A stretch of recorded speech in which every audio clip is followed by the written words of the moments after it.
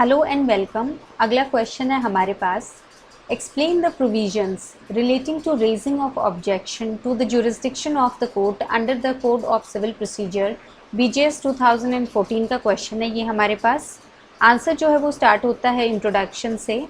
Section 21 of the code lays down the rule regarding objection as to jurisdiction of civil courts. It is fundamental rule that decree of court without jurisdiction is a nullity. This, however, does not apply to territorial or pecuniary jurisdiction in as much as objection to such jurisdiction are regarded as merely technical and can be raised when the conditions mentioned under section 21 are fulfilled. तो introduction में हमारे पास जो है हम section 21 को जो है मेंशन करेंगे ये क्या प्रोवाइड करता है और इसको जो है हम बॉक्स में पुट कर देंगे। तो सेक्शन 21 जो है कोड का वो ले डाउन करता है रूल रिगार्डिंग जो है objection jurisdiction of civil court से रिलेटेड। ये जो है फंडामेंटल रूल है कि जो डिक्री है कोर्ट की विदाउट जुरिस्डिक्शन वो है नलिटी होगी। हालांकि ये अप्लाई नहीं होता है टेरिटोरियल और पेक्यूनियरी जुरिस्डिक्शन को, क्योंकि ये जो ऑब्जेक्शन है सच जुरिस्डिक्शन का ये एज मेयर टेक्निकल माना जाता है और रेज किया जा सकता है जब जो कंडीशंस जो मेंशन की गई हैं सेक्शन 21 के अंदर वो जो है फुलफिल अगर हो जाएं। नेक्स्ट आ गया हमारे पास objection as to territorial and pecuniary jurisdiction. Section 21 clause 1 and section 21 clause 2 जो है हमारे पास बेसिकली हमने यहाँ पे दोनों जो सेक्शंस को जो है मर्ज किया है और हम साथ में ही बॉक्स में डाल देंगे। ये जो है प्रोवाइड करते हैं कि कोई भी ऑब्जेक्शन जो है प्लेस ऑफ सुइंग से या फिर आ गया हमारे पास पेक्यूनियरी जुरिस्डिक्शन से रिलेटेड वो जो है अलाउ नहीं किया जाएगा किसी भी अपेलेट या रिविजनल कोर्ट के द्वारा।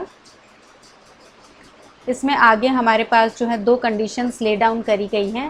पहला आ गया हमारे पास unless such objection was taken in the court of first instance at the earliest possible opportunity and in all cases where issues are settled at or before such settlement and unless there has been a consequent failure of justice। पहली condition आ गई हमारे पास unless ये जो objection है ये लिया गया है कोर्ट ऑफ फर्स्ट इंस्टेंस में अर्लीस्ट पॉसिबल अपॉर्चुनिटी पे और उन केसेस में जहाँ पे इश्यूज सेटल होते हैं वहाँ पे एट या फिर बिफोर सच सेटलमेंट, तो उस टाइम पे जब इशू सेटल हो रहे हैं या फिर बिफोर जो है इशू सेटल होने से पहले एंड का यहाँ पे मतलब है कि ये दोनों कंडीशंस ही मैंडेटरी हैं। अगर यहाँ पे और होता तो इसका मतलब होता दोनों में से कोई एक फुलफिल करनी है, बट यहाँ पे जो है एंड है हमारे पास तो दोनों ही कंडीशंस हमें देखनी है।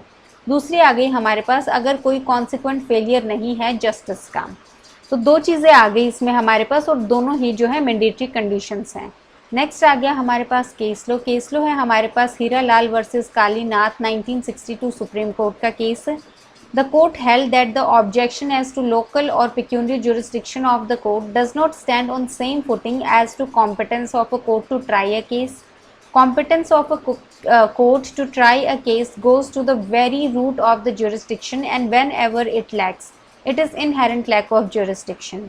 हेल्ड किया है कोर्ट ने हमारे पास कि जो ऑब्जेक्शन है लोकल या पेक्यूनियरी जुरिस्डिक्शन का किसी भी कोर्ट का वो सेम फुटिंग पे स्टैंड नहीं करता है। जो कॉम्पिटेंस है कोर्ट की किसी भी केस को ट्राई करने की, जो कॉम्पिटेंस है किसी भी कोर्ट को ट्राई करने की एक केस को वो जो है रूट तक जाती है जुरिस्डिक्शन के, और जब भी वो लैक करती है तो ये इनहेरेंट लैक होता है जुरिस्डिक्शन का।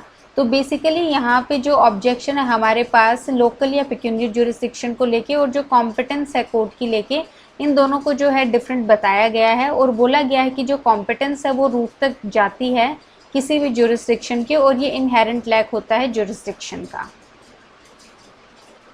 नेक्स्ट आ गया इसमें हमारे पास objection as to execution proceedings. Section 21 clause 3 जो है वो बात करता है इसमें हमारे पास कि ऑब्जेक्शन जो है किसी भी लोकल लिमिट्स ऑफ जुरिस्डिक्शन की जो एग्जीक्यूटिंग कोर्ट की, वो कोर्ट जो एग्जीक्यूट कर रहा है किसी भी डिक्री को वो अलाउ नहीं किया जाएगा कोई भी ऑब्जेक्शन अपेलेट या रिविजनल कोर्ट के द्वारा जब तक वो जो ऑब्जेक्शन है वो नहीं लिया गया है एग्जीक्यूटिंग कोर्ट में अर्लीस्ट पॉसिबल अपॉर्चुनिटी पे। अगेन यहाँ पे हमारे पास एंड आ गया और जब अगर कोई जो है फेलियर ऑफ जस्टिस नहीं है कॉन्सिक्वेंटली, तो ये दोनों सेम कंडीशंस हैं। ऑल्दो यहाँ पे हमारे पास डिफरेंट है, ये यहाँ पे एग्जीक्यूटिंग कोर्ट आया है और जो पहले वाला केस था उसमें हमारे पास जो कोर्ट ऑफ फर्स्ट इंस्टेंस था।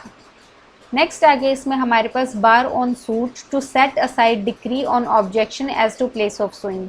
इसमें आ गया हमारे पास सेक्शन 21A जो है वो प्रोवाइड करता है कि कोई भी सूट जो है फाइल नहीं की जा सकती सेट असाइड करने के लिए किसी भी डिक्री को कोर्ट के द्वारा on an objection as to place of suing. अगर ऑब्जेक्शन है वहाँ पे प्लेस ऑफ सुइंग से लेके तो उस पर जो है कोई सूट फाइल नहीं की जा सकती कि उस डिक्री को जो है वो सेट असाइड किया जाए।